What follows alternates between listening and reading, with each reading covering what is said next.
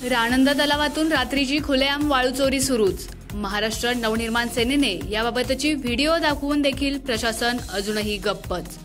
प्रशासनावर कोणाचा दबाव, पाहूयात सविस्तर बातमी।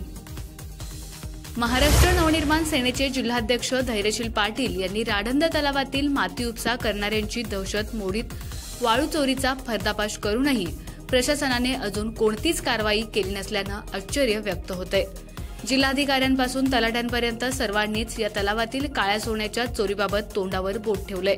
शासनाच्या गाळमुक्त तलाव योजनेतून राणंद तलावातील गाळ उपसा मोठ्या प्रमाणात सुरू आहे, परंतु गाळयुक्त शिवार करण्यासाठी मात्र या मोफत गाळ उपशाबाबत शेतकऱ्यांना मातीचोरांच्या विरोधात लढावे लागत आहे। या तलाव परिसरातील राणंद, शेवरी, सोकासन भागातील शेतकऱ्यांनी मागणी करून सुद्धा मातीचोरांच्या तावडीतून शेतीसाठी माती मिळेना।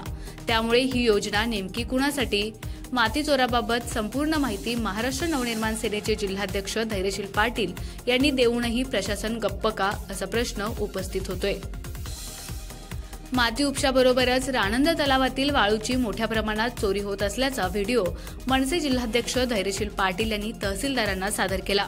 मात्र सध्या या तलावातील सर्व उपसा बंद असल्याचं सांगत प्रशासनाने हात झटकले आहेत, परंतु प्रत्यक्षात मात्र रात्रीच्या वेळी वाळूची मोठ्या प्रमाणात चोरी सुरूच असल्याचं पाहायला मिळतंय। त्याचे सुद्धा व्हिडिओ फुटेज उपलब्ध असून थेट प्रशासनाला दाखवून देखील अजूनही सगळी यंत्रणा शांत आहे। शेतकऱ्यांना गाळापासून वंचित ठेवणाऱ्या व गौण खनिज चोरांना नेमकं पाठबळ कोणाचं, असा प्रश्न उपस्थित झालाय।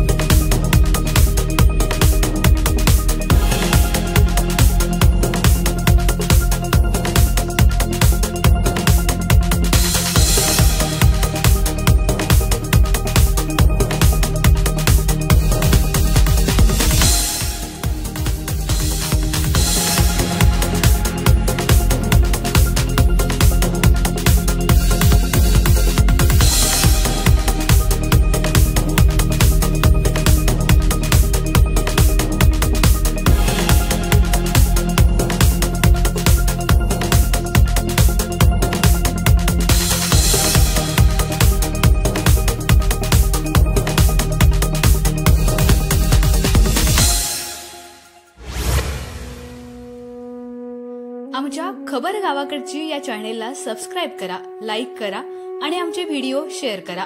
धन्यवाद।